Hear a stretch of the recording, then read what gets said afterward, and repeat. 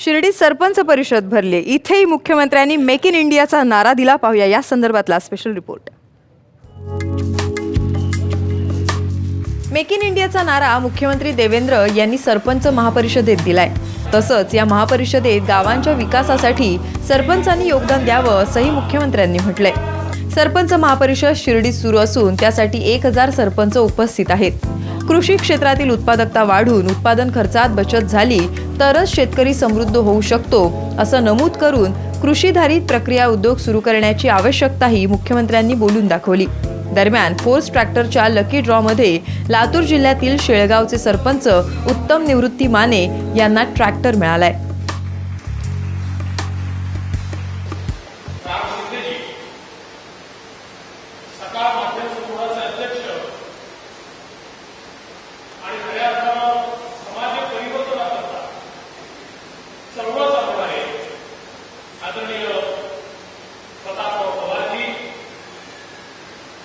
यशस्वी उद्योगपती आणि अलीकडच्या काळामध्ये ज्यांनी हा निर्णय केला की शेतीच्या क्षेत्रामध्ये तंत्रज्ञान आणून कॉर्पोरेट शेती कशी होऊ शकते आणि सामान्य शेतकऱ्याला समृद्ध कसं केलं जाऊ शकतं याचा मूलमंत्र नव्याने ज्यांनी स्वीकारला आहे ते अभय विरोधिया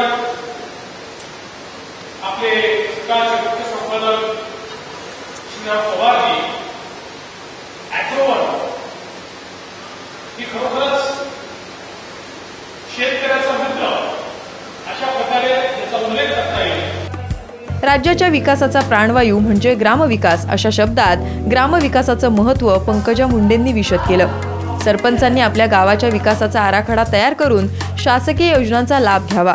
14व्या वित्त आयोगानुसार 5 वर्षात सुमारे 14,000 कोटी रुपये उपलब्ध होणार असून या निधीचा योग्य वापर करण्याचं आवाहनही त्यांनी केलं। आज तुमच्या मेहनतीचा रुपया तुमच्या जेव्हा पर्याय पडणार आहे तेव्हा तो तुमच्या एकट्यासाठी नसून त्या सगळ्या गावासाठी आहे। म्हणून ग्रामसभेचं महत्त्व हे विधानसभा आणि लोकसभेपेक्षाही जास्त आहे। कारण ग्रामसभेमध्ये तुम्ही जे निर्णय घेतात ते निर्णय तुमच्या स्वतःच्या मातृभूमीसाठी तुमच्या जन्मच्या गावासाठी घेणार आहात आणि त्याच्यासाठी फार मोठा आपल्याला उमेद करावी लागणार। पालकमंत्री प्राध्यापक राम शिंदे यांनीही सरपंच या पदाचा वापर गावाच्या विकासासाठी करण्याचं आवाहन केलं। जलयुक्त शिवार अभियान ही राज्याला वरदान ठरणारी योजना असून विकेंद्रित स्वरूपातील पाणीसाठे वाढवण्यासाठी भूगर्भातील पाणीसाठे वाढवण्यासाठी सामूहिक प्रयत्न करण्याचं आवाहन त्यांनी केलं। आपण शेती कशी फायद्याची करता येईल, काय पद्धतीने आपल्याला आपले विचार बदलले पाहिजेत आणि पुढे गेलं पाहिजे या पद्धतीचं मार्गदर्शन के.बी. पाटील यांनी केलं। अतिशय सुंदर पद्धतीनं त्यांनी मान्य केली। आता एका पुढच्या टप्प्याकडे आपण जातो आहोत। त्याच्यामध्ये आता उल्लेख केला त्याप्रमाणे माननीय एकनाथजी डवले विभागीय आयुक्त नाशिक विभाग हे आपल्याला आजचे प्रमुख पाहुणे म्हणून लाभलेले आहेत। अतिशय व्यस्त दिनक्रमातून वेळ काढून ते खास आपल्यासाठी इथं आलेले आहेत। आपण त्यांचं पुन्हा एकदा स्वागत करूया। या कार्यक्रमाचं प्रास्ताविक प्रतापराव पवार यांनी केलं। प्रारंभी मुख्यमंत्री फडणवीस आणि इतरांनी छत्रपती शिवाजी महाराज यांच्या प्रतिमेला वंदन केलं।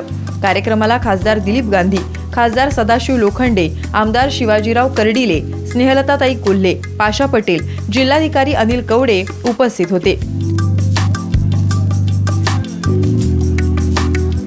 मनोज गाडेकर आणि सुनील जोशींसह ब्युरो रिपोर्ट साम टीव्ही शिर्डी।